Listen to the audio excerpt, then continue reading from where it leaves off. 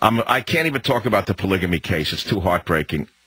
But when I see somebody as psychotic, in my opinion, as Nancy Grace, doing to these children and to these mothers with viciousness what she is doing on that CNN, my blood boils to see a woman making a living with the hatred that the invective and the hatred for these polygamy people.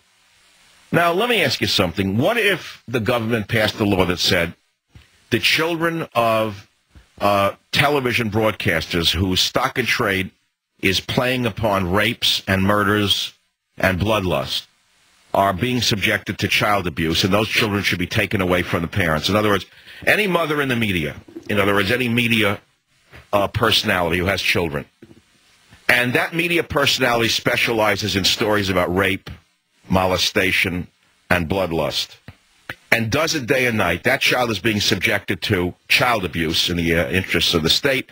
We're going to take away the children from that kind of female broadcaster, and they send in an armored personnel carrier, men with machine guns and body armor, and they forcibly remove the babies from such a television broadcaster. You would say that's crazy. It can't happen here.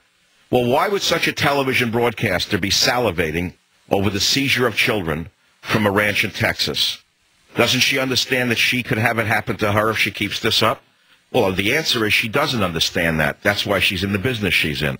That's why if you look at her eyes, you see the eyes that you would find in a textbook on psychopathology. In other words, in my opinion, if you go into a standard psychiatry textbook of another time when they actually showed the eyes of madness, they used to have pictures in psychiatric textbooks. I used to read these. But there was a time that I used to read medical textbooks sometimes just for the pictures when I was younger. I would read, in some surgery textbooks. They were amazing. We used to do it as a hobby when I was in school for entertainment.